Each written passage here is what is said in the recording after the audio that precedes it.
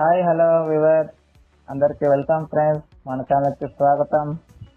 మా ఛానల్లో మీకు కనుక వీడియోస్ నచ్చితే లైక్ చేయండి, షేర్ చేయండి, కామెంట్ చేయండి మరియు సబ్స్క్రైబ్ చేయండి. మరిన్ని నోటిఫికేషన్స్ కోసం పక్కనే ఉన్న బెల్ ఐకాన్ని ఆల్ పైన ట్యాప్ చేయండి. ఆల్ పైన ట్యాప్ చేయడం ద్వారా మేము చేసే ప్రతి వీడియోలని, తాజా వీడియోలని నోటిఫికేషన్లో పొందగలరు. హాయ్ వ్యూవర్స్, అందరికి వెల్కమ్ ఫ్రెండ్స్. మన ఛానల్కి స్వాగతం ఫ్రెండ్స్. మొత్తానికి 2024 తుది అంకానికైతే మనం చేరుకున్నాము. సో వింతలు విశేషాలు ఎలా ఉన్నాయి? సో మనది క్రికెట్ కంటెంట్ కాబట్టి ఫస్ట్ మనం క్రికెట్తోనే మొదలు పెడదాం. సో స్టార్టింగ్ 22 జనవరి 2024 నుంచి ఇంగ్లాండ్ సిరీస్ స్టార్ట్ అయింది. ఇంగ్లాండ్ సిరీస్ మంచిగా అంటే ఓటమితో ఆరంభమైంది. ఫస్ట్ హైదరాబాద్లో జరిగినటువంటి మ్యాచ్లో ఇండియా ఫస్ట్ మ్యాచ్ ఓడిపోయిన తర్వాత విశాఖపట్నం నుంచి విజయాల పరంపర కొనసాగింది. అక్కడి నుంచి పీసీటీ పెంచుకుంటూ వెళ్ళిపోయింది 72 దాకా. సో తర్వాత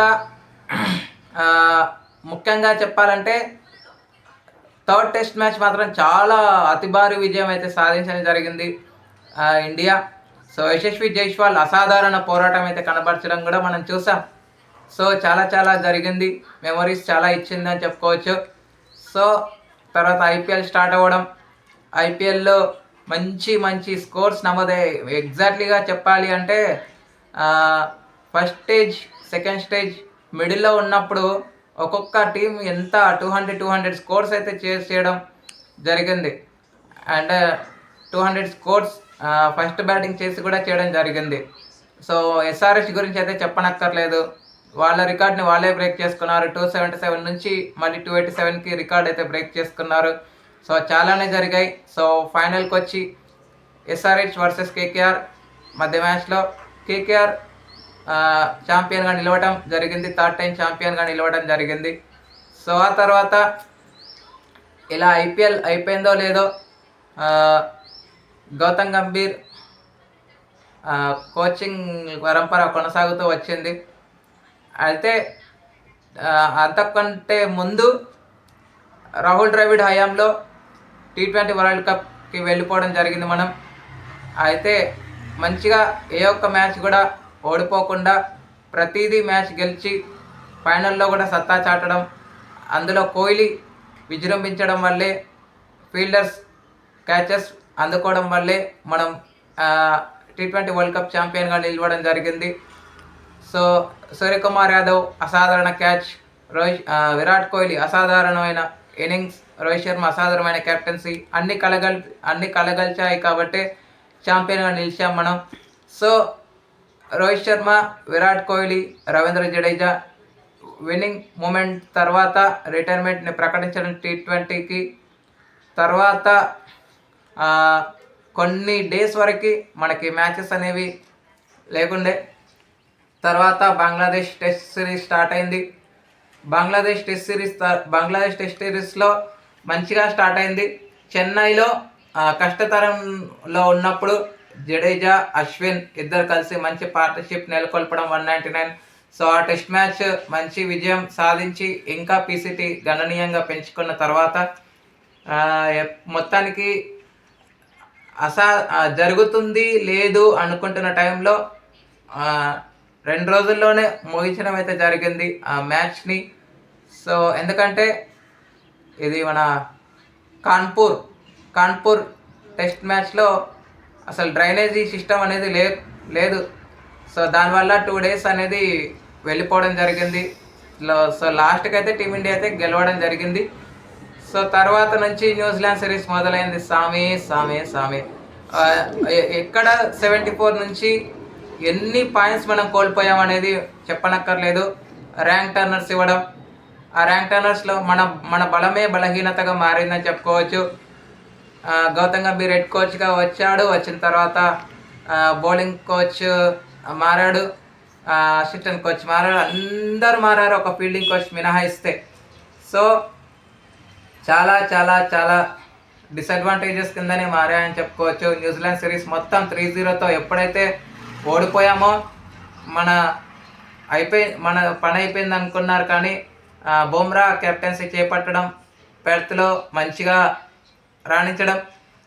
అయితే పెర్త్లో బుమ్రా హయాంలో టీమిండియా విజయం సాధించినప్పటికీ మిగిలిన 3 టెస్ట్ మ్యాచ్లు అంటే 2 టెస్ట్ మ్యాచ్లు ఓడిపోయాయి అని చెప్పుకోవచ్చు.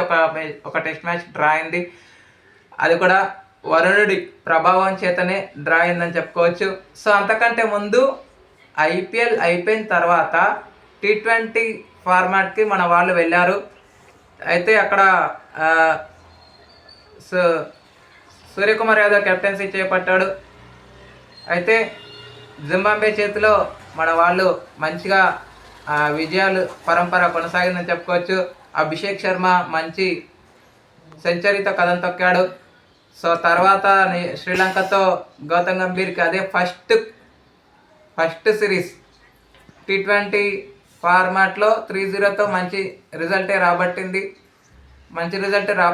రాబట్టినప్పటికీ వాళ్ళు వన్డే సిరీస్ని గెలుచుకున్నారని చెప్పుకోవచ్చు. వన్డేల్లో మనకి నిష్క్రమ ఫలితాలే వచ్చాయి. రోహిత్ శర్మ, విరాట్ కోహ్లీ ఆడరు అన్నారు, కానీ రోహిత్ శర్మ, విరాట్ కోహ్లీ చివరికి రావటం జరిగింది.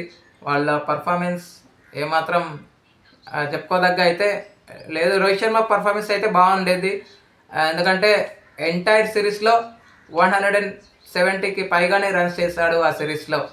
సో ఇది ఫ్రెండ్స్, మొత్తానికి ఆ తర్వాత ఇక మొత్తానికి చెప్పాలంటే జైషా కూడా బీసీసీఐ సెక్రటరీ నుంచి ఏసీసీ అధ్యక్ష పదవి నుంచి బాధ్యతలు తొలగించుకోవడం జరిగింది. ఐసీసీ అధ్యక్ష పదవికి ఏకగ్రీవంగా ఎన్నుకున్న తర్వాత ఇప్పుడు ఏసీసీ అధ్యక్షుడిగా షమీ సిల్వా ఉన్నారని చెప్పుకోవచ్చు. సో మొత్తానికి ఇప్పుడు ప్రపంచ క్రికెట్ని శాసించే స్థాయిలో జైషా ఉన్నారు. సో మరి రానున్న సంవత్సరాలలో జైషా అత్యున్నత మార్పులకు శ్రీకారం చుట్టాలని అయితే మనమందరం మనస్ఫూర్తిగా కోరుకుందాం. అండ్ ఇక ఛాంపియన్స్ ట్రోఫీ గురించి మనకి తెలియాల్సిన అవసరం లేదు. ఛాంపియన్స్ ట్రోఫీలో అసలు ఎన్ని చర్చలు జరిగాయో అసలు చెప్పలేదు. లాస్ట్కి ఐ డ్రీమ్ మోడల్కి ఒప్పుకొని చివరికి షెడ్యూల్ అమలవ్వటం చాలా జరిగాయి. అండ్ ఇక ఉమెన్స్ క్రికెట్ పరంగా మనం మాట్లాడుకుంటే ఉమెన్స్ క్రికెట్లో మనం చాలానే చూసాం. ఉమెన్స్ క్రికెట్లో మనం వరల్డ్ కప్ కూడా సాగింది, T20 world cup. But unfortunately team India గెలిచే మ్యాచ్ చేజేతులారా ఓడగొట్టుకుందని చెప్పొచ్చు. Last match India versus Australia. So అందువల్లే మనం లీగ్ స్టేజ్లోనే ఇంటిముఖం పట్టడం. సో న్యూజిలాండ్ డిపెండింగ్ ఛాంపియన్స్గా నిలవడం జరిగింది. సో తర్వాత ICC championship one day series start అయింది, మంచి స్టార్ట్స్ వచ్చాయి. ఫస్ట్ మ్యాచ్ ఓడిపోయినప్పటికీ సిరీస్ అయితే కైవసం చేసుకుంది ఇండియా. సో ఇప్పుడు ఆస్ట్రేలియాతో క్లీన్ స్వీప్ అయినప్పటికీ వెస్టిండీస్తో ఘనమైన సిరీస్లు అయితే కైవసం చేసుకుంది. T20 కానీ ఇటు వన్డే సిరీస్లు కానీ అన్నీ జరిగాయని చెప్పుకోవచ్చు. స్మృతి మందనకి ఈ ఇయర్ కలిసి వచ్చిందని చెప్పుకోవచ్చు. ఎందుకంటే ఆస్ట్రేలియా సిరీస్ వరకు తన ఫామ్లో లేదు, కానీ వెస్టిండీస్ సిరీస్లో అద్భుతమైన ఫామ్లోకి అయితే రావటం జరిగింది. వెస్టిండీస్ సిరీస్లో ఒక సెంచరీ చేసింది, మళ్ళీ ఫామ్ టిప్ అయింది. సో లాస్ట్కి ఎక్కడైతే వదిలేసిందో ఫామ్ అక్కడి నుంచే మళ్ళీ తిరిగి తెచ్చుకోవడం జరిగింది. సో ఇదే ఫామ్ని కంటిన్యూ చేయాలి. ఐర్లాండ్తో నెక్స్ట్ సిరీస్ స్టార్ట్ అవుతుంది కాబట్టి జనవరి 10th నుంచి. సో మరి ఆ సిరీస్లో కూడా మంచిగా రాణించాలని అయితే మనందరం మనస్ఫూర్తిగా కోరుకుందాం. ఎంతోమంది డెబ్యూ చేశారు. అండ్ రిటైర్మెంట్ పరంగా మాట్లాడితే సిద్ధార్థ్ కౌల్ కానీ, శిఖర్ ధవన్ కానీ, రవిచంద్రన్ అశ్విన్, ముఖ్యంగా రవిచంద్రన్ అశ్విన్ ఎంత చేశాడు మనం అందరం చూస్తూ వచ్చాం. కానీ రవిచంద్రన్ అశ్విన్ మాత్రం రిటైర్మెంట్ ప్రకటించడం ఈ క్రికెట్ లోకాన్ని విస్మయానికి గురి చేస్తుందని చెప్పుకోవచ్చు. సో మరి రవిచంద్రన్ అశ్విన్ని రీప్లేస్మెంట్ చేసే ప్లేయర్ ఎవరున్నారా అని వెతుకులాట కోసం అయితే సాగుతోంది. ఓకే ఫ్రెండ్స్, ఇది మన క్రికెట్ యొక్క జరిగింది.